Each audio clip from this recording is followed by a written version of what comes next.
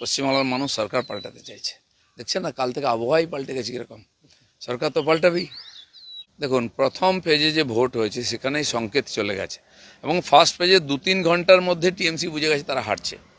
সেজন্য যেটা আমাদের মাননীয় অমিত শাহ বলে গেছেন 110টা সিট ট্রেন্ড ওইদিকে ফার্স্ট পেজে আছে, তাহলে আর কটা লাগবে। সেকেন্ড পেজও ঠিক সেই একইভাবে। কলকাতাতে 88% ভোট পড়েছে, ঐতিহাসিক। বাকি জায়গায় তো 90%, 85% হতো, সেটা 90-র উপরে গেছে। তো পশ্চিমবাংলার ভোটের যে ট্রেন্ড সেটা বলে দিয়েছে পরিবর্তন হচ্ছে। সেই জন্য আমি যেটা আগেও বলেছি, এখনও বলছি, সাফিসিয়েন্ট মেজরিটি নিয়ে সরকার আসবে।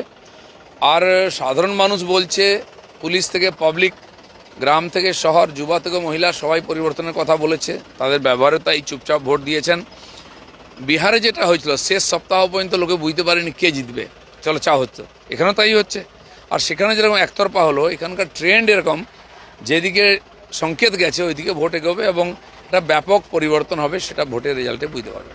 সাফিসিয়েন্ট মেজরিটি, যাতে পেছনে তাকাতে হবে না, বুক ফুলিয়ে সরকার চালাতে পারে বিজেপি, এরকম মেজরিটি পাবে। অন্য দল থেকে তাহলে না, প্রশ্নই নেই, ভাঙানোর প্রশ্ন নেই।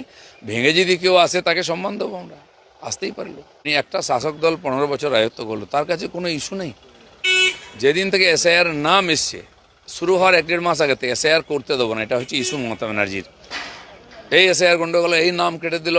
বিএলওদের হঠাৎ করে ইউনিয়ন তৈরি করে বিরোধিতা করা, ঘেরাও করা, গণেশ কুমারকে কালো পতাকা দেখানো, গোব্যাক বলা, তিনি কিন্তু নড়েননি, তিনি করেছেন। আর কালকে ভোটের শেষ পর্যন্ত সেন্ট্রাল ফোর্স এসআইআর নাম কেটে গেছে, এটাই ইস্যু।